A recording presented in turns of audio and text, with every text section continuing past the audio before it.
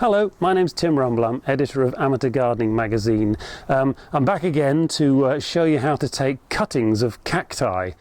This beast, this cactus, belonged to a chap called Sid Partridge. He's an old chap who we did a feature on back in 2009 in Amateur Gardening magazine. You can see his cacti there all flowering in his greenhouse. He was a Bournemouth gardener. Wow, what a result. Anyway, sadly Sid passed away.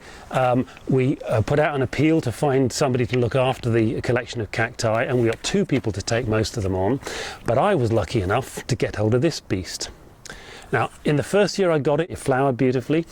Since then it's been producing babies all the way around the side. I'm sure you can see these nice little fat babies there, okay, all the way around the edge.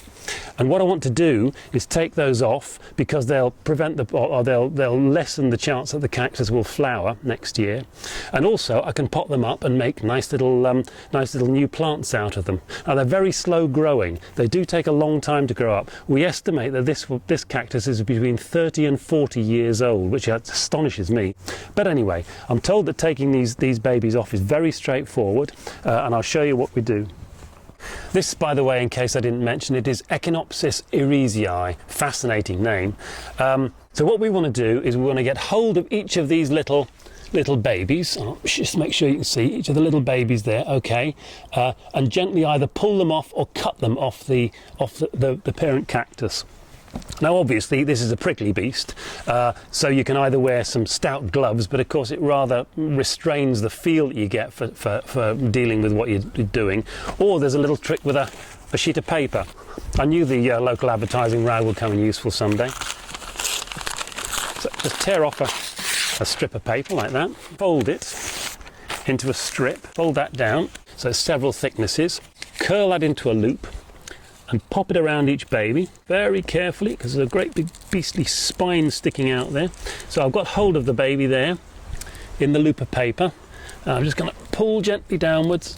There we are. He's come straight away without any problem. Okay. Now you shouldn't pot this straight up. What you need to do is put this on a warm windowsill with a bit of free-flowing air around it for at least 24 hours, anything up to 7 days, so that the cut end calluses over. It gets a hard crust on it. Then you pot it up, and that hard crust helps the roots to form. If you pot it up straight away, you can get rots in and they won't root so well. So what I'm going to do is I'm going to take all of these little babies off in exactly the same way, and I'm going to put them out to callus over for 24 hours, and then I'll show you how to pot them up. Okay, so we've taken all of our babies off. Look, there's a real trowel full there, all right? And what I'm going to do is I'm simply going to lay them out on a plate, space them out evenly so there's plenty of air moves around them, put them on a nice bright windowsill, which is quite close to a radiator. I don't want them to cook, but at the same time I want them to be warm and dry. I want those bases to callus over, so I'm just going to spread those out carefully there. Okay. That's it. So all we're going to do is just leave them there to callus over for 24 hours to 7 days. Okay, we're back again, next day. Here's our little baby cacti. They've had 24 hours to seal over at the base. Actually, if you look very closely, one or two little roots already forming on the base of the cactus. So what I'm going to do is I'm going to take some of these tiny little pots, which are a bit more suited to the size of the cacti, and I'm going to put some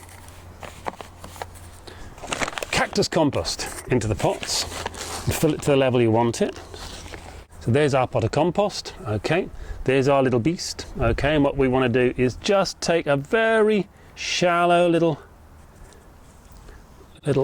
dent with my finger like that, okay, and I'm just going to stand this fella in here and push the compost back around him. What we really need is something to support it. What do we call these things? Kebab skewers, that's the one, thank you. I've just nicked the last of the kebab skewers. I use these all the time on young plants, and consequently my wife is constantly having to go out and buy new ones. So anyway, here's the last of the kebab skewers and a pair of secateurs. And what I'm going to do is I'm going to chop them up to make nice little supports for my cactus. So they don't need to be particularly long, so about 3 inches, that'll be enough. And just push them in around the edge. I'll get 3 out of that one. 1, 2, 3. I'll show you what I've done here. That'll just hold it in place a bit more securely.